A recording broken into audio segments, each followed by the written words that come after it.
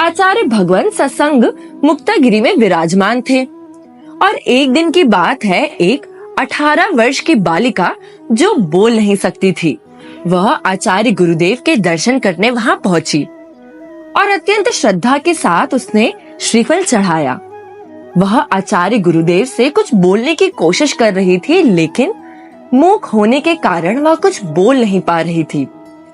तभी गुरुदेव की करुणा भरी दृष्टि उस बालिका पर पड़ी और गुरुदेव ने उसे संकेत दिया कि पर्वत पर बने जिन मंदिरों की वंदना करने जाओ।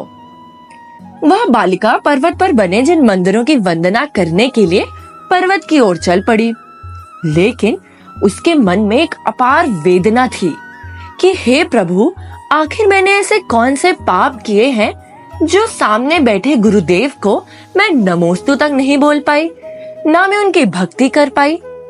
मैं संसार में किसी से कुछ भी नहीं बोलना चाहती, बस एक बार जगत गुरु आचार्य भगवान से नमोस्तु बोल सकूं, यही प्रार्थना है प्रभु मेरी।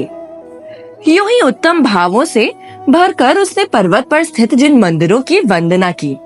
अब पर्वत से उतरकर ज्यों ही वो गुरुदेव के चरणों में पहुंची, उसकी आंखों से आंसू और बहने लगे और रुकने का नाम ही नहीं ले रहे थे।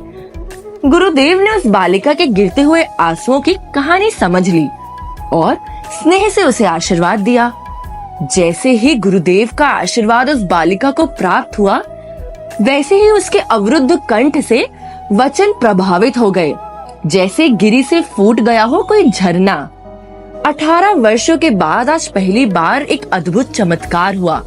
वह बालिका अचानक से बोलने लगी और सबसे पहले उसने गुरुदेव को नमोस्तु किया। तो दोस्तों, सच ही है कि गुरु कृपा से हर असंभव कार्य भी संभव हो जाता है, हर दुर्लभ वस्तु सुलभ हो जाती है, क्योंकि आचार्य भगवान की कृपा दृष्टि पाकर गूंगे भी बोलने लगते हैं, करुणा भरी नजर पाकर एक निर्धन भी माला माल हो जाता है और विकलांग भी चलने लगता है।